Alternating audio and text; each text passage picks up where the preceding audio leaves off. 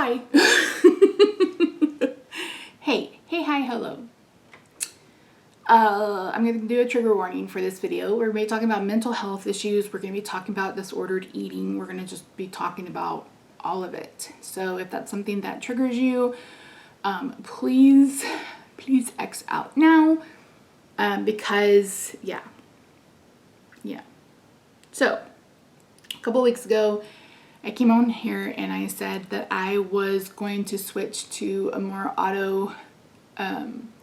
anti-inflammatory diet to see if that would help with my inflammation. My inflammation markers have been stupid high for the last, year, 2 years, 3 years. And because I have chronic inflammation because I have an inflammatory disease. I have rheumatoid arthritis, I have osteoarthritis, I have this OPLL, I have lots of issues with my body. So yeah, and I mentioned that I was going to start vlogging, etc., and then I didn't do it. I didn't do it. So I have been literally researching anti-inflammatory, ways of eating and autoimmune protocols, and it's been so flippin' overwhelming. There's so much contradicting information. There's it's just so much. And I literally sat down to make a meal plan and I had an anxiety attack. And I was like, okay, why am I having a panic attack or an anxiety attack about a meal plan? And so I started thinking about it, and I realized that I am not in the mental headspace to do an elimination diet. I'm not in the mental headspace to try to track food, track my pain levels, see if there's a correlation between the two. It's too much. It's too much. And I just don't have the bandwidth in my head to deal with that. And it makes me irritated, but I also have to remember that I suffered trauma back in December. At the end of December, when my neurologist told me that I didn't have the disease that I thought we had, or we thought I had, it's just really thrown me into a tailspin. And so I have been eating my feelings for 7 months. I want to get away from eating my feelings. But like I said, the more I tried to sit down and make a meal plan or make a grocery list, I just started having anxiety. And I was like, okay, clearly this is not what I need to do right now in my life. So, yeah, I haven't been binging. It hasn't been binging. But I haven't been eating low carb. So I'm type 2 diabetic, and I just do better when I eat keto or carnivore. And I mentioned in that video that it's been really hard for me to even consider carnivore because I just haven't wanted the taste of meat. I just haven't at all. So last weekend, I told Rob, it's like, okay, so I've gotten to where I can have a burger. I can eat a burger. If we have steak, I can eat the steak fat. a little bit of the steak meat. So we bought some pork. Now, pork was the first one to go. I stopped eating pork in 2017. Before you get in before you get into ketosis, when you very first start making ketones, you also have acetone. And keto breath, they call it. And I just remember smelling my breath, and just after that, the pork tasted metallic. I couldn't eat it, and that was 2 or 3 times. So this past weekend, I had Rob pick up some country style ribs, and I cooked those in the air fryer, and I was able to eat those. They were actually really delicious. I really enjoyed them.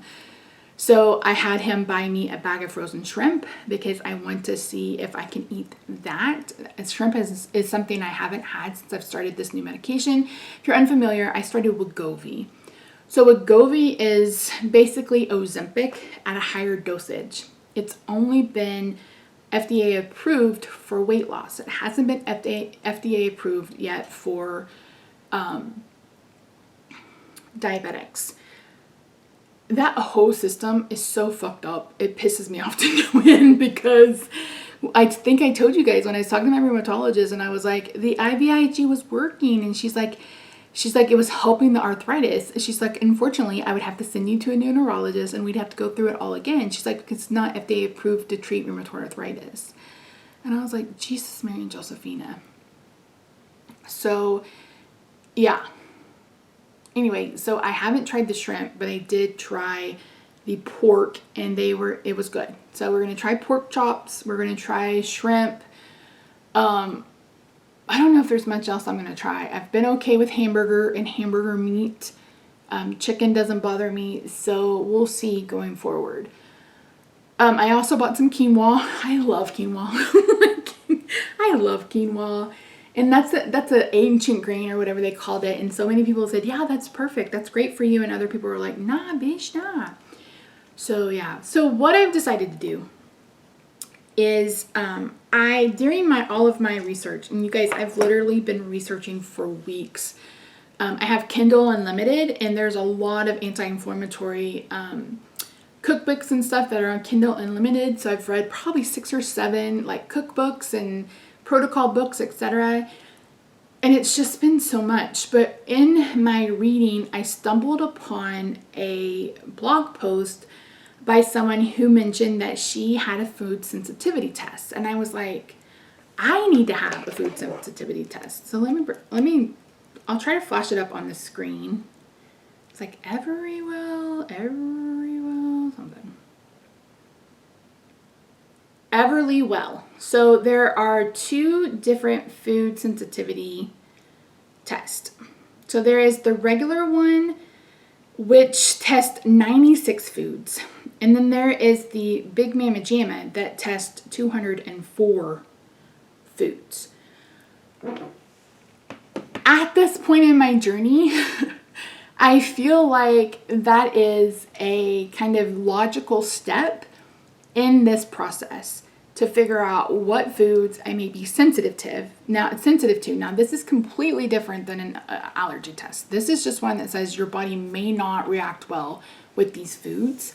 And so I'm going to talk to my doctor when I see him on August 17th and ask him if that's something that he can do that's covered by insurance. So I'm not paying $300 out of pocket for this kind of test.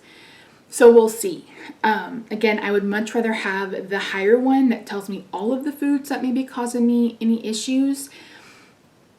And my reasoning for that is because I don't want to do a motherfucking elimination diet. I'm not in the right headspace. I don't want to try to track. I don't want to try to pay attention to if I'm weak or if my pain is higher.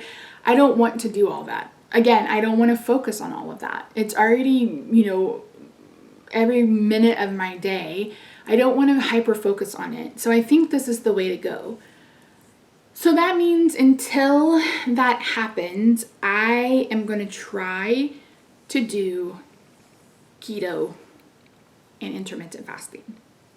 So keto in itself is kind of an anti-inflammatory diet because you get rid of like processed sugar, those kinds of things, and it really, it helps. And I can remember it helping and losing weight and those kinds of things. And I know I said I didn't want to do it because I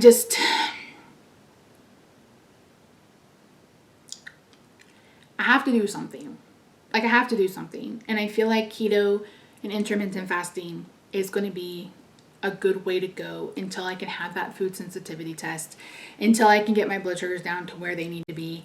And then I can see about quinoa or brown rice or bulgur wheat or these other kind of grains, etc., that people are saying are really good for inflammation. So that's my goal. So since I have been eating a standard American diet for the past almost 8 months now, I am going to spend the next 2 weeks trying to kind of detox from the carbs. I'm going to stay on top of my electrolytes, so hopefully I don't end up with the keto flu. I don't know about macros. I think I'm considering maybe lazy keto to start. I don't know that I have the bandwidth to track macros. I just really don't. I just honestly really don't. So my focus is going to be on fresh foods. Try to limit what is processed, limit carbs down to like squash, bell peppers, maybe a little bit of onion, those kinds of things. I don't know about lunch meat yet. You guys know I love, well, maybe you don't know, but I love to make like Philly cheesecake bowls.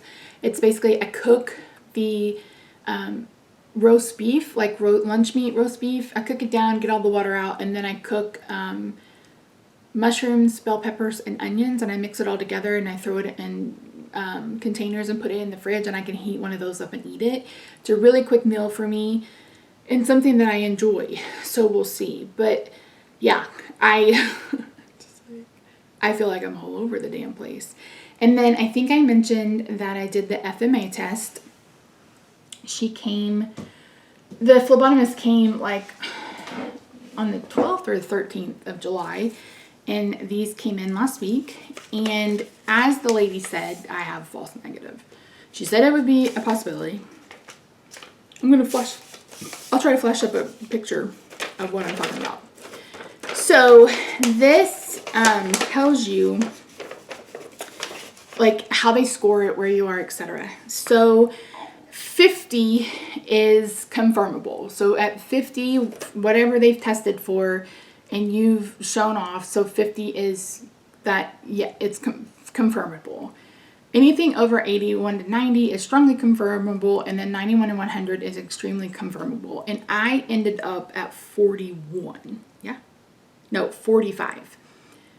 So since knowing that the two medications, so my antidepressant, which is it's bupropion, which is the generic of Wellbutrin, and my immune suppression therapy, which is Simponi Aria, both of those can cause a false negative. But with how close I am to 50, I feel like this is a confirmation that I do have fibro. Now, if you have it, you're going to have to correct me if I'm wrong. When I saw a neurologist in March or April, she mentioned that I was basically on all of the medications that she would put me on if I came to her with fibro. I'm already on an anti-inflammatory. I'm already on immune suppression therapy. I'm already on antidepressant. I'm already on Lyrica, which is a nerve pain medicine. She basically said I'm already on all of it. So, don't cry.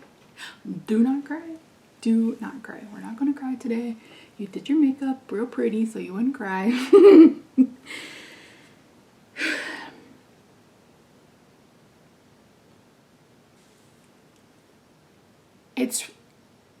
It's really hard for me to keep going. And I don't mean keep going with life. I mean keep going with the testing and the answers, etc. And I know a lot of you have said stop focusing on it. And what I've said in return, I still stand by, is if I can get a diagnosis and we can figure out a treatment plan that will help me live my life, I want to keep fighting for that. But I also feel like I'm getting defeated. I didn't want to relive 2017, and I feel like 2022 has been even worse. It's been so fucking hard. It's been so fucking hard. And it shouldn't be. And I don't think I'm going to have genetic testing done because my doctor didn't send anything in specific that was specific enough. It's like I'm going to one of the top teaching hospitals in the US, and I've had the worst luck with their neurology department. And the issue is, once you see one neurologist, they won't let you move between them. So since I saw one in January, I was able to talk to this new neurologist, but he's like, I don't think I can get you in with me because you've already seen the other doctor. So I don't know. I don't know. And the whole thing with the infusion is it was working, but that was 2 full days a month with an IV in my arm. And thank God I didn't get a port. But if I were to do it again, I'd get a port. So yeah, it's just been difficult.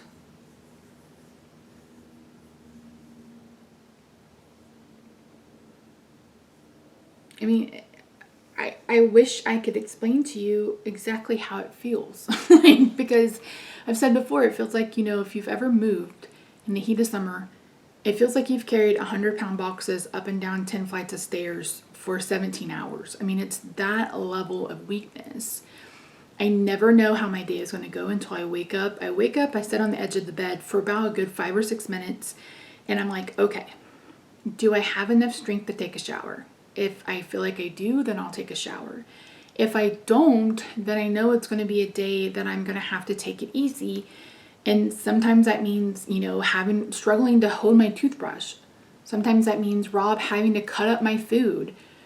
Sometimes that means me dropping every fucking thing I touch, or not being able to grip a fork, not being able to grip a hairbrush. Like, I already wear 2 to 3 lidocaine patches every day. I'm already on a shit ton of medication,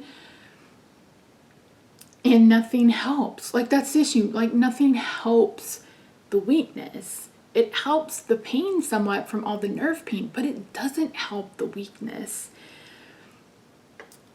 And I don't know what will. So I thought maybe I had polyneuropathy. I know someone mentioned that in a comment, but he was like, you've been tested for polyneuropathy. I guess you have a nerve conduction study done. Well, that was 5 years ago. Does that change? Like, if I had another one, will things have changed? Like, that's the thing. It's like I'm asking about these disorders and I'm not getting any kind of explanation other than you've been tested for that. Well, I mean, I was tested for rheumatoid arthritis and it didn't show up in my blood until a year later after I'd been on medicine for rheumatoid arthritis. That's when it finally showed up in my blood. So it's just so irritating. And I don't know who to trust. Like, I don't know which specialist to trust, because I've been to three neurologists since the 1st of January. And each of them has told me something different. And it's just been, it's like I'm tired. I'm so tired. Physically, mentally, emotionally, I'm just tired. And I think that also contributes to me not wanting to, do an elimination diet. It's too much. It's just too much. It's too much for me. It's just too much. So yeah. Boy. So my goal for next week, Monday is August 1st. I was like, why do I feel like I need to start everything on a Monday? I am not going to promise to vlog. I'm going to do my best. If I feel like I am in the right headspace, I will vlog what I'm going to eat. As I mentioned, the first 2 weeks are really just going to be about detoxing from carbs. Stop, ordering food in. Stop, eating the standard American diet. Stop eating all these carbs, drinking all these carbs. It's going to be really about me toning things back down and hopefully getting my blood sugar down. So that's kind of goal number 1, is to get off carbs and get the blood sugar down. Past that, we'll just have to see. We'll just have to see. I know I'm going to get comments about how you're just making excuses, etc., etc. If you think my mental health is an excuse, I don't know what to tell you. Clearly, you've never suffered from anxiety or depression or, dealt with a chronic illness or chronic pain. Like, it's just all fucking consuming.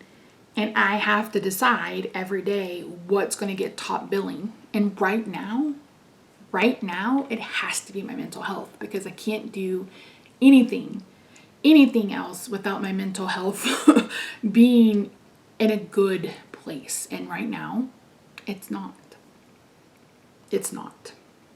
So, yeah. I'm going to do my best to vlog.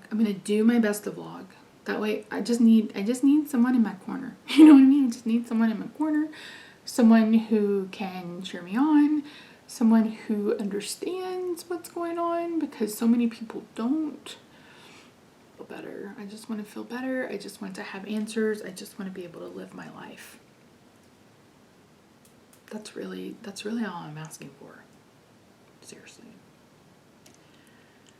All right, gang, that's it. Sorry, this was a Debbie Downer video, but I mean, I'm just not in the right headspace.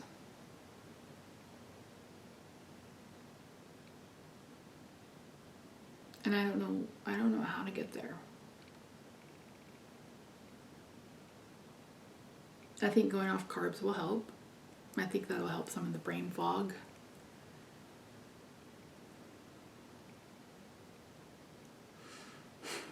Yeah, okay, that's it. Thank you so much for joining me today. I really do appreciate you. Everyone that leaves comments, comments on my Instagram post, sends me messages through Facebook. I really do appreciate you. I really do appreciate you. I just pooped. I just pooped. Alright guys, I'm gonna go. I love you. Hopefully I will see you next week. Even if I don't vlog every day, I'll try to do like a weekly update or something. I don't know if I'm gonna do weekly weigh-ins. I'll have to let you know. We'll see. We'll see how I'm doing. You guys know how I am. That's why I kind of feel like I need to do lazy keto rather than, because when I get focused on the numbers, that's all I can see. And I can't. I don't have the bandwidth. Again, I don't have the bandwidth for that. I don't have the brain power or the mental capacity for all that jazz. So we'll see. All right. Love you guys. Bye for now.